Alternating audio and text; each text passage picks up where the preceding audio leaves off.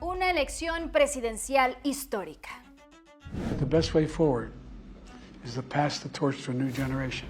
Una contienda que revivió el fantasma de la violencia política en Estados Unidos. Take a look at what happened. Un expresidente convertido en un criminal convicto. I got arrested 4 times in the last. It's almost like I wake up in the morning. Do you think they'll arrest me today? Un mundo en llamas. That America will be with us as long as it takes. For the forces of civilization to triumph, America and Israel must stand together. Un vecino al centro de los reflectores. We will build a wall. We will actually have Mexico pay for it. Mexico's not being a good partner. And end foreign aid to Mexico and Central America. And I got everything from Mexico. Y una frontera convertida en piñata electoral. On my first day back in the Oval Office, I will terminate every open borders policy of the Biden administration and begin the largest domestic deportation operation in American history. If that bill were the law today, I'd shut down the border right now and fix it quickly. If it is a priority to us to be concerned about what is happening at our border. Tras 290 días, decenas de mítines políticos, miles de millones de dólares recaudados, 2 debates presidenciales, 2 intentos de asesinato y una renuncia inesperada, Donald Trump y Kamala Harris llegaron a la recta final de una de las elecciones más convulsas en la historia de Estados Unidos. Pero llegar a este punto ha sido todo menos sencillo. Y el próximo martes, los estadounidenses tendrán que elegir entre una presidencia Trump 2.0 o la primera mujer presidenta de Estados Unidos. Yo soy Lucy Brau y esto es Casa Blanca 2024.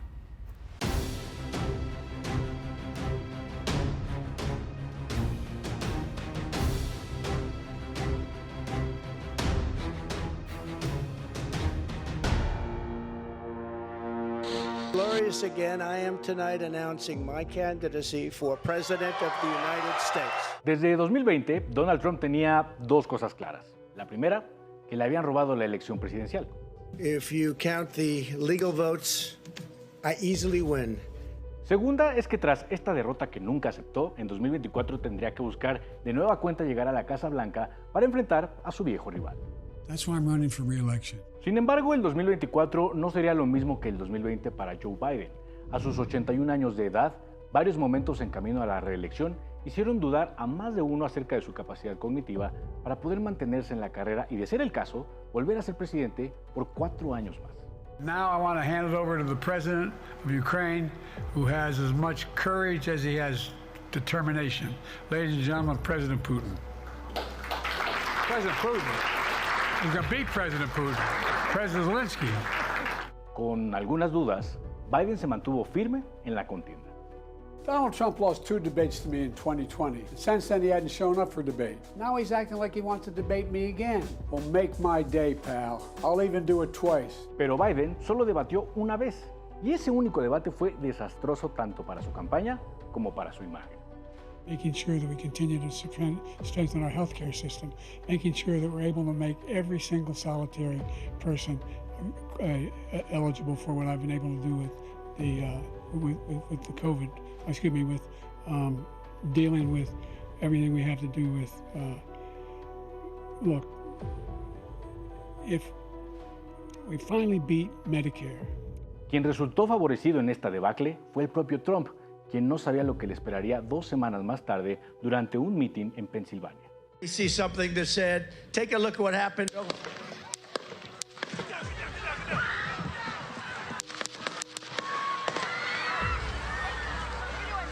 El 13 de julio, Thomas Matthew Crooks, de 20 años, intentó asesinar a Trump. La bala rozó la oreja derecha de Trump.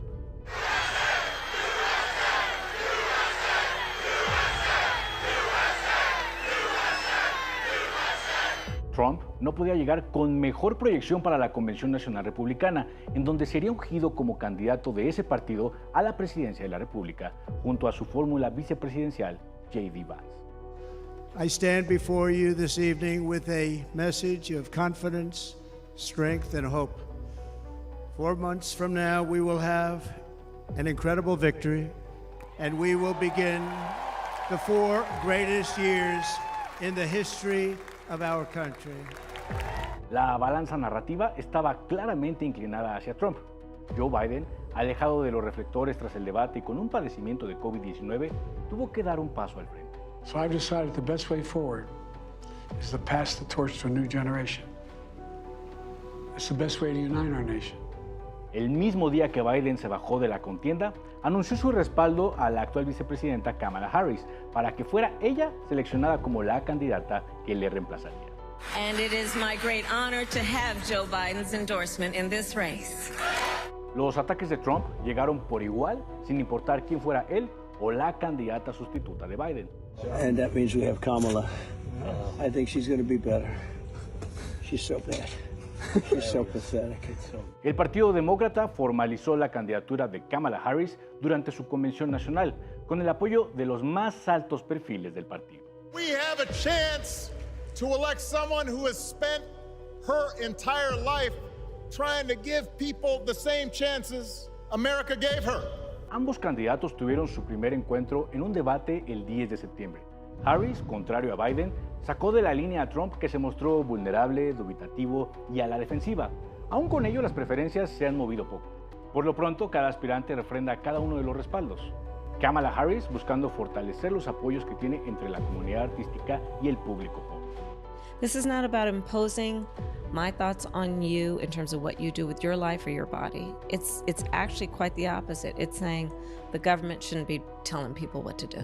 Trump volviendo al punto de inflexión en su campaña, sobreviviendo otro presunto intento de asesinato y regresando a Butler, en Pensilvania, para mostrarse más fuerte que nunca. And we had one president who couldn't climb a flight of stairs, and another who was fist pumping after getting shot. Hablemos de los protagonistas. Donald Trump, un hombre que provoca todo menos indiferencia. Sí, el magnate que pasó de las torres de Manhattan a la Casa Blanca sigue sacudiendo la política estadounidense. Un empresario que no se conformaba con el American Dream. Lo quería todo. Nobody knows the system better than me, which is why I alone can fix it. Donald Trump pasó de construir rascacielos a construir un personaje televisivo. You're fired. You're fired. You're fired. You're fired. Hasta llegar a la Casa Blanca.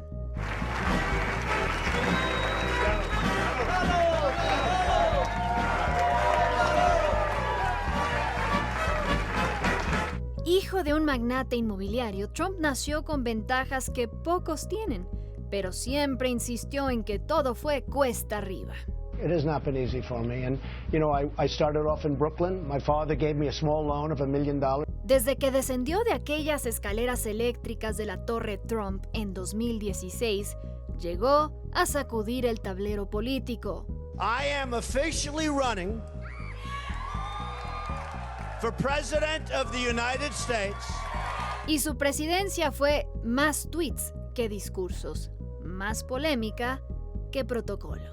Donald J. Trump is calling for a total and complete shutdown of Muslims entering the United States until our country's representatives can figure out what the hell is going on. Su política migratoria se resumía en un muro, físico, retórico y diplomático. Mexico sends its people, they're not sending their best. They're bringing drugs, they're bringing crime, they're rapists. Trump nunca temió confrontar a las grandes potencias y China fue su principal objetivo. The United States has just announced tariffs on another $200 billion in Chinese-made goods for a total so far of $250 billion. Y su derrota, tras buscar la reelección en 2020, desencadenó uno de los episodios más oscuros de la democracia estadounidense. You don't fight like hell, you're not going to have a country anymore. Y así, en 2024, a sus 78 años, Trump busca más que una revancha, Quiere un lugar en la historia. One of the most important things, never, ever quit. Never quit. Pero Trump no solo rompió récords políticos, también legales, con 2 juicios de destitución en su contra y más de 90 acusaciones por diversos delitos. This trial is a total witch hunt. Y también hizo historia al haberse convertido en el primer expresidente condenado por un crimen. This was a rigged, disgraceful trial. The real verdict is going to be November 5th by the people. Pero a lo largo de su nueva campaña electoral, Trump ha esbozado una visión de un segundo mandato mucho más vengativo. In 2016, I declared, I am your voice. Today I add, I am your warrior, I am your justice. And for those who have been wronged and betrayed, I am your retribution, I am your retribution. Mucho más radical. He says, you're not going to be a dictator, are you? I said, no, other than day one. We're closing the border. Y más desenfrenado que el primero. And 2024, remember, it's our final battle. We're either going to have a country greater than ever before, or we're not going to have a country at all. Y fue en medio de esta extrema polarización que Trump estuvo a centímetros, literalmente, de convertirse en mártir. Take a look at what happened.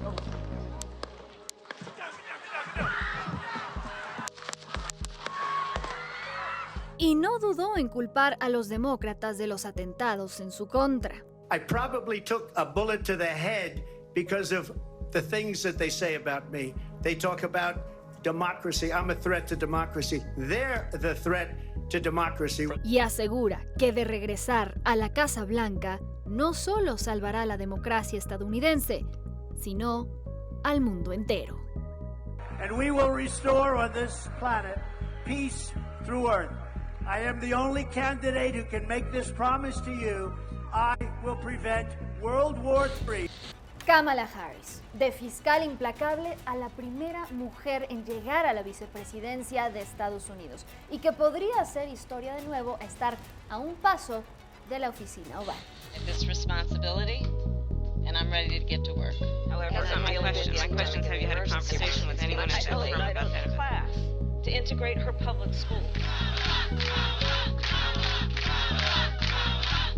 Un nombre reconocido por romper barreras. Maybe the first to do many things, but make sure you're not the last. Kamala Harris es la candidata demócrata a la presidencia de Estados Unidos. I accept your nomination to be president of the United States of America. Pero esta no sería la primera vez que aspira al cargo, pero sí la primera ocasión en encabezar la boleta presidencial. We are all in this together. Estudió Derecho en la Universidad de California.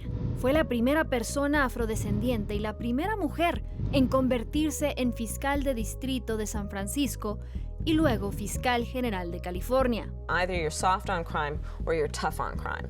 And instead I suggest we should be smart on crime. Y que tras convertirse en la primera senadora afrodescendiente de California en 2017, llevó sus técnicas de interrogación al Congreso. That's not my question. My question is, have you had a conversation with anyone at that firm about that investigation? En 2020 volvió a hacer historia, al ser la primera mujer y primera persona de color en ocupar la vicepresidencia de Estados Unidos. We did it, Joe. Pero Harris también tiene un lado mucho más relajado. One nation under a groove. Pero no todo es diversión, y el primer año y medio de su vicepresidencia no fue el mejor, por decirlo menos. We've been to the border. You haven't been to the border. And I haven't been to Europe. Nació en Oakland, California, pero su madre es originaria de India y su padre de Jamaica. Growing up, my sister and I had to deal with the neighbor who told us her parents couldn't play with us because we were black. Como hija de migrantes, había mucha expectativa sobre su visión en materia migratoria. I've heard about the families in Mexico that they get separated at the border. If you were to be president, what would you do about that? I would stop it. Pero su gestión como la zar de la frontera dejó muchas promesas y pocos avances. And what I know to be clear is that if we are to address The issues that impact the southern border of the United States, and I've had a conversation with President López Obrador about also the southern border of Mexico. We have to have the ability to address the root causes of why people leave. Ahora, en la contienda presidencial de 2024, intenta presentarse como alguien que representa el cambio sin alejarse demasiado del legado de Joe Biden. I am not Joe Biden, and I am certainly not Donald Trump. And what I do offer is a new generation of leadership for our country. Y busca liderar la lucha por la libertad reproductiva. We have worked too hard and fought too long to see our daughters grow up in a world with fewer rights than our mothers. Harris, una candidata inesperada, polémica e imperfecta. I'm a gun owner. Tim Walz is a gun. I did not know that. If And I thought somebody that was breaks in powerful. my house, they're getting shot. Yes, I hear that. I hear that. Pero que los demócratas creen es la indicada para evitar una presidencia de Donald Trump 2.0. I will not cozy up to tyrants and dictators like Kim Jong-un who are rooting for Trump.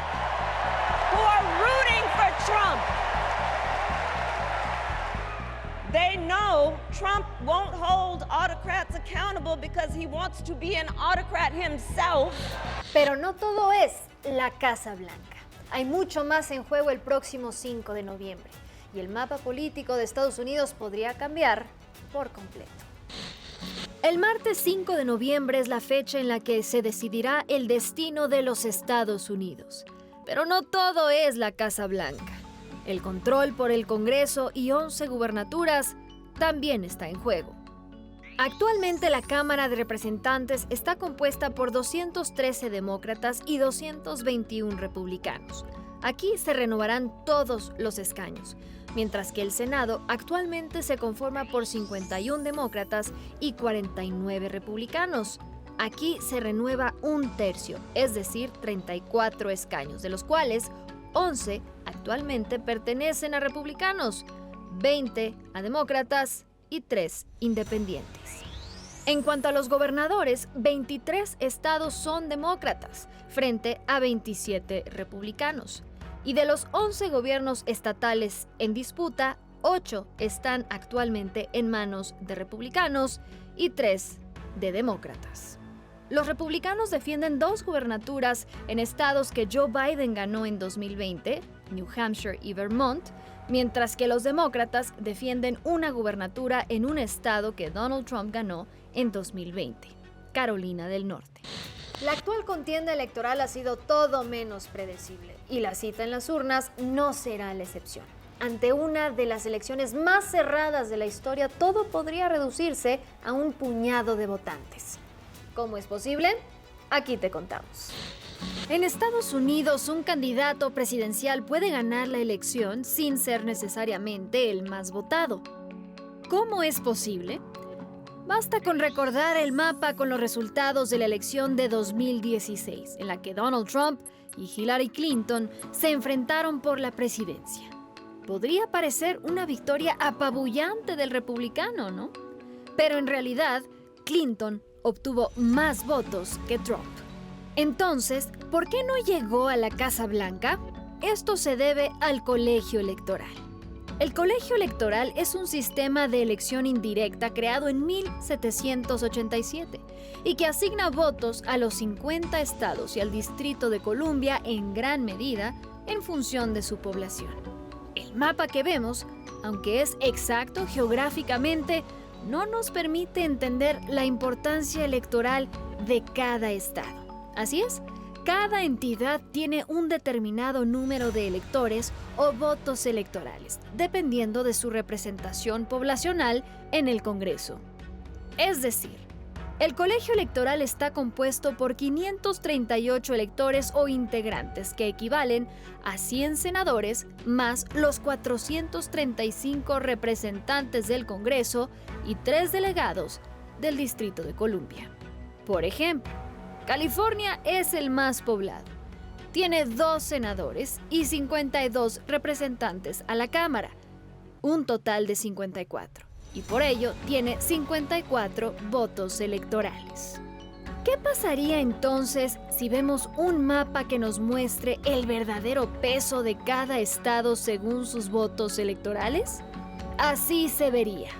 Por ejemplo, un estado como Montana, a pesar de su territorio de 380,000 kilómetros cuadrados, solo tiene 4 votos electorales, mientras que Massachusetts, de 27,000 kilómetros cuadrados, tiene 11. Para ganar la presidencia, un candidato debe obtener la mitad más 1 del total de electores, es decir, 270. Por ello, en la noche de la elección, podemos observar el mapa para ver qué estados ha ganado cada candidato. Pero para saber quién realmente llegará a la presidencia, debemos enfocarnos en estos números, los del colegio electoral. Como ya vimos, la suma del voto nacional no determina al ganador. Cada estado tiene su propio peso electoral y los verdaderos campos de batalla son los llamados estados columpios, ¿sí? En Estados Unidos hay entidades que siempre votan por el mismo partido, pero hay otras cuyo voto puede oscilar de un lado al otro. Veamos el mapa electoral, ¿sí? Este sería el caso de Pensilvania, el estado con el mayor número de votos electorales. Votó por Biden en un margen muy estrecho. En 2016 había sido para Trump. Michigan. Biden recuperó este estado clave para los demócratas después de que Trump lo ganara en 2016. Wisconsin. Similar a Michigan. Biden lo ganó por un pequeño margen tras una victoria de Trump en 2016. Georgia, una gran sorpresa en el 2020. Biden fue el primer demócrata en ganar aquí desde 1992. Arizona, otro golpe para Trump, ya que Biden se había llevado este estado, uno tradicionalmente republicano. Nevada, el estado con la mayor cantidad de votantes independientes registrados. En 2020 se inclinó por Biden. Carolina del Norte. Los republicanos han ganado este estado en todas las elecciones presidenciales desde 2012. Por último, Florida y Ohio se mantuvieron leales a Trump en 2020, pero siguen siendo estados columpio. Pero la población estadounidense es una de las más diversas del mundo. ¿Cuál será entonces ese voto decisivo? ¿El de la población blanca, hispana, afrodescendiente, árabe u oriental? Y sobre todo, ¿cuál es la anatomía de los votantes de cada uno de los candidatos? Este año es más probable que los electores que apoyan al republicano Donald Trump sean hombres, 52%, blancos, 55%, mayores de 50 años, 54%, sin estudios universitarios, 55%, y de zonas rurales, 60%. Mientras que los votantes demócratas a favor de Kamala Harris son en su mayoría mujeres, 52%, de entre 18 y 49 años, 56%, con título universitario, 53%, afrodescendientes, 84%, y de zonas urbanas, 59%. Pero hay entre 7 y 10% de los votantes aún indecisos, y esa parte del electorado, en su mayoría, son mujeres, 56%, sin título universitario, 73%, de la generación millennial, 48%, sin afiliación a ningún partido político, 50%, y blancas, 55%. Sin embargo, en esta elección, tanto Trump como Harris salieron a buscar una cosa: el voto latino. En Estados Unidos, hoy 36.2 millones de latinos son elegibles para votar. Esto es 4 millones más que en 2020 y más del doble de los 14.3 millones de votantes latinos elegibles en el año 2000, de acuerdo con el Pew Research Center. De los 50 estados, en 7 la moneda está en el aire, entre ellos Arizona, donde los latinos representan aproximadamente el 22% del electorado. También en Nevada, un estado muy disputado en donde esa cifra se acerca al 25% de acuerdo con Elio Educational Fund. ¿Y qué es lo que más le preocupa a estos votantes en la Unión Americana? De acuerdo con Hispanic Federation, los temas más relevantes para los votantes latinos son la inflación, el empleo y la vivienda y su accesibilidad. La migración está en un cuarto lugar de interés. De las dos opciones, ¿por cuál se inclinarían estos votantes? Según una encuesta de NBC, NBC y Telemundo, el apoyo a Harris es del 54% entre los votantes latinos registrados, mientras que Trump tiene el 40%. El 6% restante no está seguro o no votará. Si bien la ventaja de 14 puntos de Harris es una mejora respecto de la posición del presidente Joe Biden cuando encabezaba la lista, sigue siendo inferior a las ventajas anteriores que disfrutaron los candidatos presidenciales demócratas. En 2012 fue de 65%, en 2016 69% y en 2020 63%. La caída de apoyo a los demócratas en estas elecciones se debe en mayor medida por los votantes hombres menores de 50 años. El perfil demográfico de los votantes latinos en Estados Unidos puede dibujarse así. El 52% dice que habla principalmente inglés, mientras que el resto habla principalmente español o ambos idiomas. El 56% provienen de México, el 16% de Puerto Rico, el 5% de Cuba y otro 5% de República Dominicana. El 49% se identifica como demócrata, el 37% como republicano y el 13% como independiente. El 49% son católicos, el 21% protestantes y el 28% se describe como ninguno. Un sector trascendental si tomamos en cuenta que ahora los votantes latinos son el segundo grupo más grande de votantes elegibles del país, incluso por delante de los votantes afrodescendientes y los asiático-americanos. Sin embargo, si Trump cumple su palabra, dentro de poco estará arrestando a millones de migrantes ilegales para deportarlos. Y sí, aunque Harris llegó de la mano de Biden bajo la promesa de derribar los muros de Donald Trump, la realidad ha sido muy distinta. Estados Unidos no podría entenderse sin el fenómeno migratorio. Aunque se trata de un fenómeno con el que prácticamente nació como país, en 1965 se sentaron las bases para que la población inmigrante creciera. Con la Ley de Inmigración y Nacionalidad, la Ley Hart-Celler, se eliminaron las cuotas de origen nacional, que hacía ilegal la discriminación para obtener visas, además de que se creó un sistema de preferencias basado en las habilidades de los inmigrantes, así como sus vínculos familiares con ciudadanos estadounidenses. Esto aceleró el crecimiento de la población inmigrante en los Estados Unidos y hoy se ubica en alrededor de 47.8 millones. De ellas se calcula que por lo menos 11 millones lo hacen de forma ilegal, es decir, viven como indocumentados. Within 100 days, I'm going to send to the United States Congress a pathway to citizenship for over 11 million undocumented people. Durante la presidencia de Donald Trump, el gobierno implementó la tolerancia cero. Cualquiera que cruzara la frontera de forma ilegal sería deportado. Padres de familia fueron retornados sin sus hijos. Al menos 3.900 niños fueron separados de sus padres entre 2017 y 2021. También creó el programa Permanecer en México. Unas 70.000 personas fueron devueltas a México para esperar a que se resolvieran sus procesos migratorios con Estados Unidos. Human Rights First estima que 1.500 migrantes fueron secuestrados, violados o abusados tras haber sido devueltos a México. Para 2020, con la pandemia de COVID-19, Trump invocó el Título 42 que permitió a las autoridades estadounidenses expulsar a migrantes y solicitantes de asilo. Casi 400.000 personas fueron detenidas y expulsadas durante su implementación. Build that wall. Build that wall. Build that wall. Build that wall. Y sí, también estuvo el muro fronterizo. Durante su administración fueron construidos unos 727 kilómetros. Sin embargo, apenas 129 kilómetros fueron muro nuevo. Los otros habían sido construidos mucho antes de que Trump siquiera pensara en lanzarse como candidato presidencial. Y es que los demócratas no han tenido tampoco una posición de fronteras abiertas y sus políticas también han sido encaminadas a detener el fenómeno migratorio. La política Permanecer en México fue levantada desde el primer día de Joe Biden en la Casa Blanca, pero decidió mantener vigente el Título 42 debido al curso de la pandemia. Más de 2 millones de personas fueron expulsadas entre enero de 2021 y mayo de 2023. Aún con ello, los migrantes no fueron disuadidos de su intento de llegar a los Estados Unidos.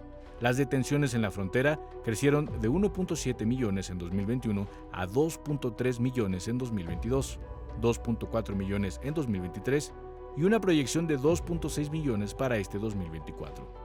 Ante este panorama, Biden presentó un plan migratorio que contemplaba cerrar la frontera en caso de que el promedio de detenciones fronterizas superase el umbral determinado. Habría políticas de asilo más estrictas y aumentaría las capacidades de detención y expulsión. Y aunque parecía un acuerdo bipartidista, los republicanos lo echaron para atrás. Some of the most conservative Republicans in Washington, D.C. supported the bill. Even the Border Patrol endorsed it. It was all set to pass. But at the last minute, Trump directed his allies in the Senate to vote it down. En junio de 2024, Biden implementó un par de políticas migratorias. Por un lado, autorizó el cierre de la frontera cuando los cruces fronterizos irregulares diarios superen la media de 2.500 por 7 días consecutivos. 2 semanas después, anunció un nuevo programa para que los cónyuges de ciudadanos estadounidenses que hayan vivido en ese país sin estatus legal durante más de 10 años reciban permisos de trabajo y protección frente a la deportación. Esto beneficiaría a unas 550,000 personas. En esta nueva campaña, Kamala Harris retoma algunas de las propuestas que la administración de la que fue vicepresidenta implementó: estándares más estrictos para elegibilidad de asilo, incrementar las capacidades de detención, aumento de elegibilidad para la residencia permanente y mayor presupuesto para oficiales de asilo, patrulla fronteriza y abogados. I reject the false choice that suggests we must either choose between securing our border or creating a system of immigration that is safe, orderly, and humane. We can and we must do both. Por su parte, Trump ha impulsado una agenda aún más restrictiva en la materia. Today, our cities are flooded with illegal aliens. Americans are being squeezed out of the labor force and their jobs are taken. Trump promete la mayor deportación en la historia, aunque los qués, cómo y cuánto costaría no se sabe a ciencia cierta. Además, aboga por terminar el derecho a la ciudadanía por nacimiento, el fin de la libertad condicional de los programas de Biden, retomar la prohibición de ingreso de extranjeros de ciertos países como Irán y, desde luego, retomar la construcción del muro fronterizo. Pero México no solo ha estado en la mira de la política estadounidense por el tema migratorio, ¿sí? Detrás de la creciente hostilidad retórica hay una razón: el fentanilo. Y en un país donde a diario mueren más de 150 personas por sobredosis, era cuestión de tiempo de que voltearan a ver a nuestro país. La detención del Mayo Zambada marcó un capítulo especial en la relación entre México y Estados Unidos. En ese país fue una victoria sin precedentes en la llamada guerra contra las drogas.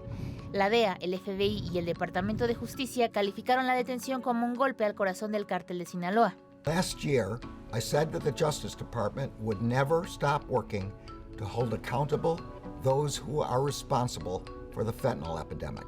Del otro lado de la frontera, el entusiasmo fue mucho menor, sobre todo porque no tenían la película completa del asunto.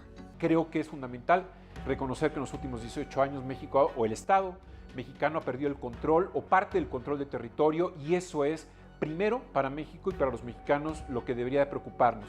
Y ya sea Trump o Harris, quien gane la elección tienen posturas muy claras sobre el tema. The problem is Mexico is petrified of the cartels. Because they'll take out a president in 2 minutes, and they're petrified of the cartels. The cartels are running Mexico. I know these cartels firsthand, and as president, I will make sure we prosecute them to the fullest extent of the law. Los expertos destacan que es prácticamente imposible acabar con el contrabando de fentanilo porque es demasiado rentable para los cárteles. Sin embargo, las fuerzas del orden estadounidenses quieren golpearlos y desarticular a su cúpula.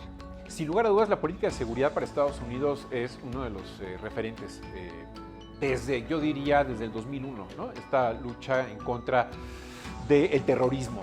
Y de alguna manera esa etiqueta de terrorismo para unos estadounidenses, republicanos particularmente, está vinculado el crimen organizado con el terrorismo.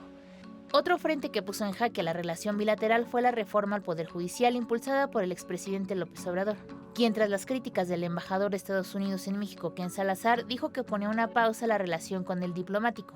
Si no se hace en manera bien, puede traer muchísimo daño en la relación. El Senado de Estados Unidos, empresarios y calificadoras también advirtieron sobre el riesgo de inversión extranjera si se aprobaba la reforma. Casi un mes después, la presidenta Claudia Sheinbaum dijo que la relación con el embajador Salazar continuaba. De hecho, nunca se suspendieron. Lo que se suspendió fue la visita del embajador al presidente de la República por la acción en Sinaloa, en donde nunca se consultó al gobierno de México. Y por otra parte, en 2021, el gobierno de México demandó a empresas estadounidenses dedicadas a fabricar armas por facilitar su importación y que queden en manos del crimen organizado. El pasado 7 de agosto, un juez determinó que 6 de las empresas demandadas no pueden ser juzgadas en Massachusetts, a pesar de sus actividades comerciales en el estado y de que sus productos terminan en México. De acuerdo con el canciller Juan Ramón de la Fuente, la demanda de México contra las armerías seguirá en pie. Esta lucha la va a ganar México. No sé exactamente cuándo, porque estamos contra una fuerza muy poderosa. Creo que lo que se espera es precisamente que la tecnología cada vez más avanzada pudiera ser mucho más eficiente que un muro físico. La tecnología puede armar o desarrollar un muro inteligente, un muro que impidiera el trasiego de las armas de Estados Unidos hacia México. En síntesis, por una parte está Donald Trump diciendo que México se aprovecha de Estados Unidos y hasta amenazó con suspender las relaciones. Y por la otra, Kamala Harris aseguró que profundizaría la colaboración entre ambos países para abordar las causas fundamentales de la migración, fortalecer los lazos comerciales y el crecimiento económico y combatir el tráfico de personas, drogas y armas. Kamala Harris va a poner un piso de negociación mucho más equilibrado, sí será exigente, pero va a institucionalizar la relación. Una relación bilateral sin instituciones es una relación muy peligrosa. Con estos temas a cuestas, Claudia Sheinbaum, heredera de una relación bilateral plagada de incertidumbre, necesitará tomar acciones claras para preservar el rol de México con Estados Unidos como un socio vital y confiable. Sin embargo, hay otra pieza clave en la relación entre México y Estados Unidos, el TEMEC. Y con la revisión del Tratado de 2026 a la vuelta de la esquina, la pregunta es, ¿qué preferirán los estadounidenses? ¿El proteccionismo de Trump o la continuidad de los Three Amigos de América del Norte? México ha logrado posicionarse como el principal socio comercial de Estados Unidos. El comercio bilateral fue de $745.623 millones en 2023, de acuerdo con cifras de Banxico. Esto se debe en gran medida al TEMEC, que entró en vigor en 2019, y entre otras cosas, impulsó a México y a Canadá a incrementar su rol como proveedores de Estados Unidos para superar a China. Siempre en el retrovisor de esta negociación estará China. China estará presente, aún sin que esté físicamente, va a estar en la mesa de negociación. Y creo que esa es la parte fundamental de la revisión. Esa es una de las partes quizás. El tratado obliga a los 3 países a hacer una revisión cada 6 años, con la idea de otorgar certeza y asegurar que los términos se mantengan actualizados. En el caso de México, la presidenta Claudia Sheinbaum será la encargada de llevar a cabo las negociaciones, mientras que aún está por definirse la persona encargada por parte de los Estados Unidos.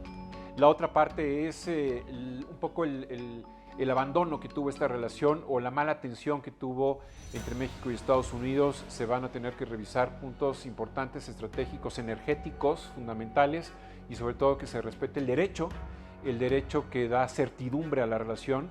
Creo que eso va a ser fundamental. Donald Trump dinamitó el Telecan al considerarlo el peor acuerdo comercial que había firmado Estados Unidos. Ha dejado ver qué tinte le daría la renegociación. Sobre el TEMEC ha mencionado el impulso de una agenda más proteccionista, por medio de la imposición de aranceles. Ya había prometido el arancel del 100% a los automóviles y camiones importados con el objetivo de ayudar a la industria automotriz nacional. Pero durante un mitin en Wisconsin, Trump duplicó la cifra. Put a tariff of 200% on if we have to. Y en eso coinciden Trump y Harris, en impulsar a los obreros y a la industria automotriz de Estados Unidos. And announced the opening of more than 20 new auto plants in the United States.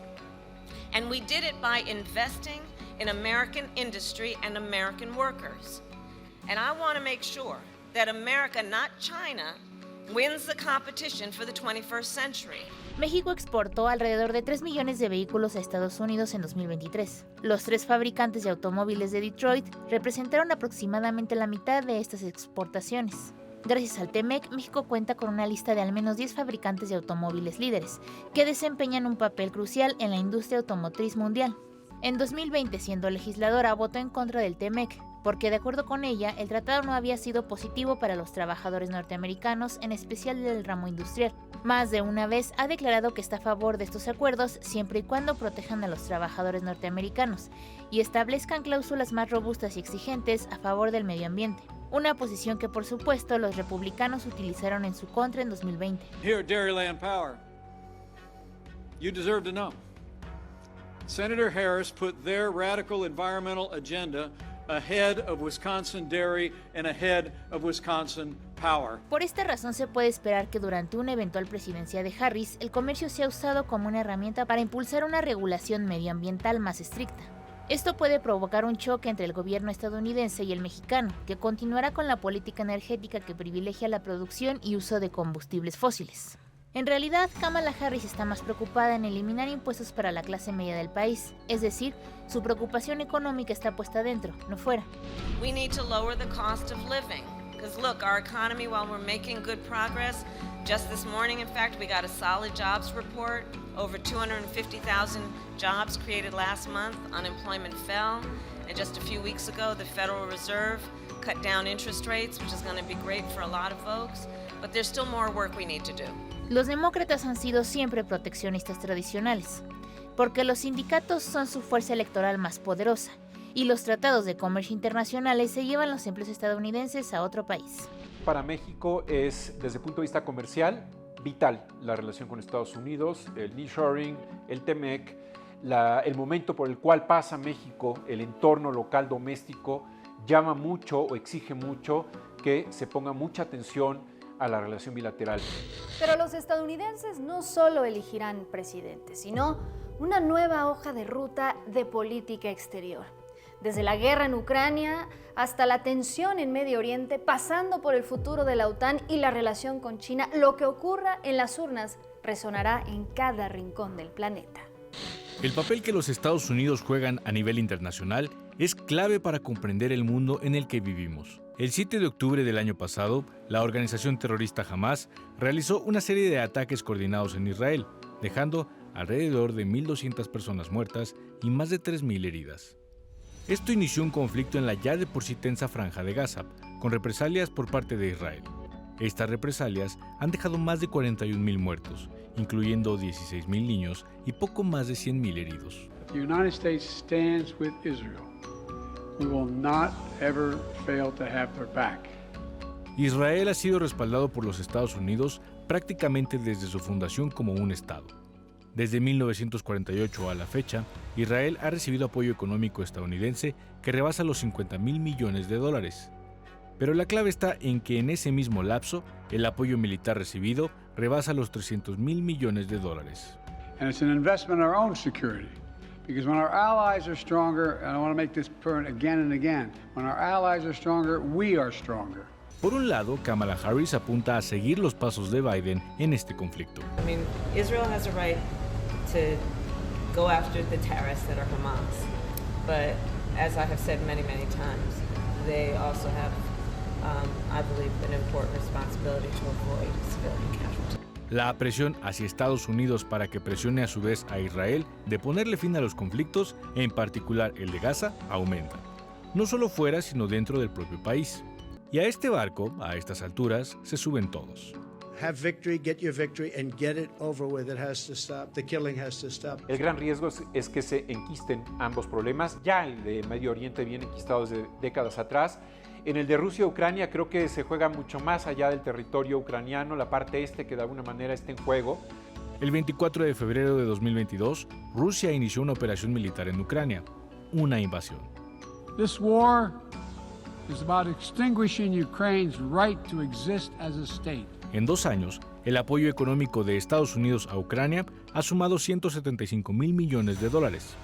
De ellos, $106.000 millones han sido destinados directamente para apoyar al gobierno ucraniano encabezado por Volodymyr Zelensky. No está en juego la OTAN, está en juego Europa, la Unión Europea, está en juego la democracia, los conceptos liberales están en juego.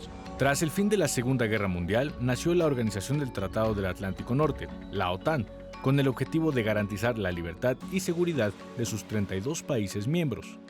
Su existencia misma estaría en riesgo con el posible regreso de Donald Trump. NATO members must finally contribute their fair share and meet their financial obligations. Estados Unidos financia el 70% de la organización. Los otros 31 miembros aportan el 30% restante. De darse un eventual retiro de la OTAN por parte de Estados Unidos, la resistencia ucraniana estaría mermada, porque pese a no ser un miembro, sí es respaldado por los países de Occidente a través de financiamiento y equipo militar. Y como si dos conflictos con potencial de intensificarse en cualquier momento no fueran suficientes, Estados Unidos vive bajo una tercera amenaza: China. El nuevo orden mundial también está en juego. El nuevo orden incluye la redefinición de lo que es la democracia. Hay países como China que no son democracias pero tienen libre mercado. Y hay países como Estados Unidos que tienen un libre mercado, pero que la democracia puede estar en vilo, en peligro. Yo creo que si gana o si llegara a ganar Donald Trump la presidencia. Ante el crecimiento de la economía china, el gobierno de Biden calificó como desleales sus prácticas comerciales. A partir de ello impuso aranceles al acero, aluminio y más recientemente a los autos eléctricos provenientes de aquel país. Y Trump no ha buscado un camino distinto. De hecho, ha sido más agresivo respecto al papel de China en la economía de los Estados Unidos. But China, of course, was the biggest abuser. I mean, they were a professional abuser. Las elecciones en Estados Unidos hoy van a ser mucho más importantes en el mundo que hace 4, que hace 8 o que hace 12 años. Van a ser determinantes porque hoy el mundo se está jugando la democracia en el futuro. Pero este año los candidatos a la vicepresidencia no solo completan la boleta, sino que representan visiones totalmente distintas del futuro. ¿Quiénes son? Esa es la pregunta. En su tercera carrera consecutiva a la Casa Blanca, Donald Trump ha cambiado de fórmula vicepresidencial. En 2016 y 2020, su compañero fue Mike Pence. Pero tras esa última elección, la relación se rompió. Mike Pence had a chance to be great. He had a chance to be, frankly, historic.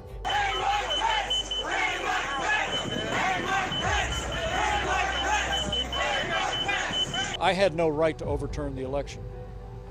And then on that day, President Trump asked me to put him over the Constitution, but I chose the Constitution. Este 2024, Trump eligió al senador por Ohio, J.D. Vance. Mr. President, I will never take for granted the trust you have put in me. Un político que, por cierto, hasta hace algunos años, no era fanático de Donald Trump. You've said I'm a never Trump guy, never liked him. Terrible candidate, idiot if you voted for him, might be America's Hitler, might be a cynical a-hole, cultural heroine, noxious and reprehensible. I was wrong about Donald Trump. I didn't think he was going to be a good president, Brett. He was a great president. Él creció en Middleton, Ohio. Fue criado por sus abuelos, según lo retrata en sus memorias de 2016, Hillbilly Elegy.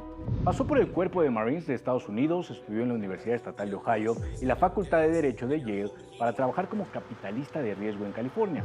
Su carrera política arrancó en 2018 cuando consideró por primera ocasión llegar al Senado. Sin embargo, esa carrera la pausó hasta el 2021.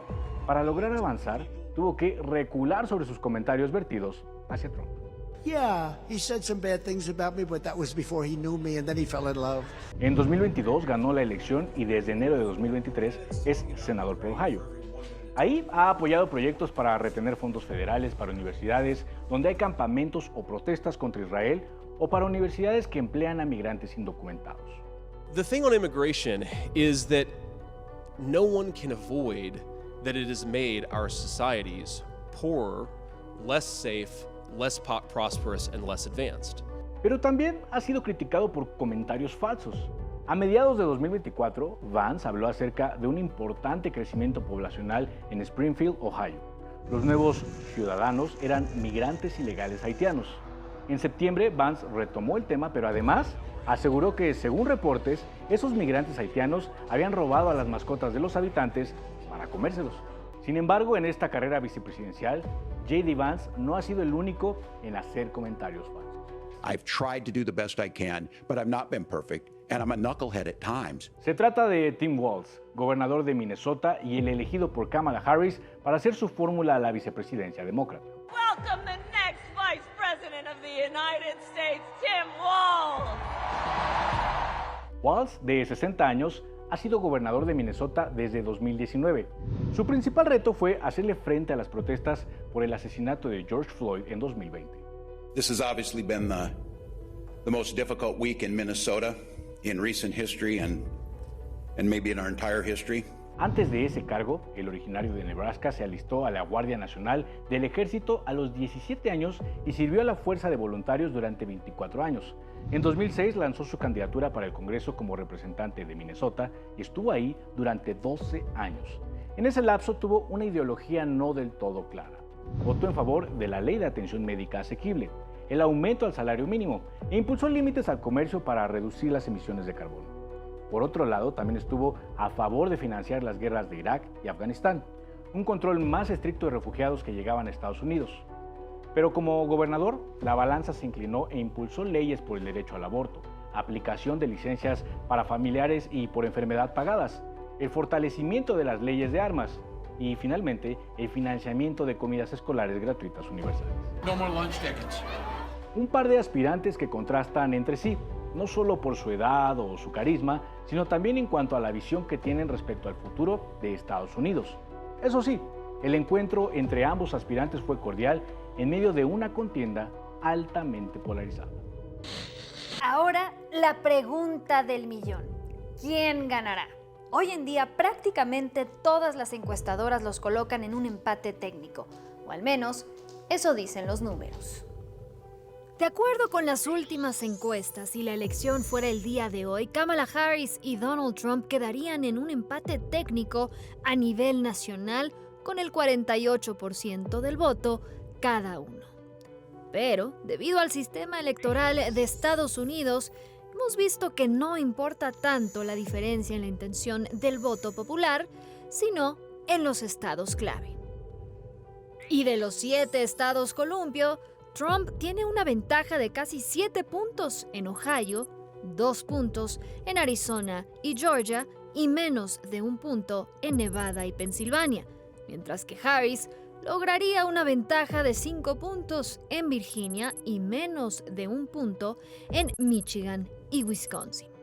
Pero una vez superada la elección, el camino a la toma de posesión aún es largo. Si no basta con recordar lo ocurrido con la toma del Capitolio en enero de 2020. Vamos a revisar esas fechas clave. La jornada electoral se celebra el martes siguiente al primer lunes de noviembre, según el Departamento de Justicia. Ese primer martes de noviembre los votantes acuden a las urnas y emiten sus votos, aunque se espera que alrededor de la mitad de los votantes registrados ya hayan votado antes del 5 de noviembre. Principalmente por correo, pero también existe la opción de votar anticipadamente en persona en algunos estados. Esto se debe a que no es un día festivo. Para aquellos que aún no hayan votado el día de las elecciones, las urnas abren temprano en la mañana en cada estado y cierran por la tarde. Por cierto, entre las medidas de seguridad para esta jornada electoral se encuentra la presencia de un agente del sheriff local en los lugares de votación y botones de pánico que conectan a los administradores de las urnas con un operador local de 911. Dado que las votaciones se realizan en 6 zonas horarias, el resultado final no se conocerá de inmediato. Después, los electores se reúnen en sus respectivos estados el 17 de diciembre para emitir sus votos electorales. El 6 de enero, el Congreso se reúne en Washington para contar los votos electorales y el presidente del Senado declara de manera oficial al ganador. El último paso del proceso electoral es la toma de posesión, que se celebra el 20 de enero del año siguiente a la elección. Ese día, el presidente electo presta juramento del presidente de la Corte Suprema y comienza oficialmente su mandato de 4 años. Y así llegamos al final de una elección histórica y aquí te hemos acompañado a cada paso. Desde candidatos que rompen moldes hasta votantes que desafían las expectativas. Esta elección ha sido todo menos convencional. Lo único seguro, lo que ocurra el próximo martes no solo cambiará el rumbo de aquella nación, sino del mundo entero. Yo soy Lucy Bravo y esto fue Casa Blanca 2024.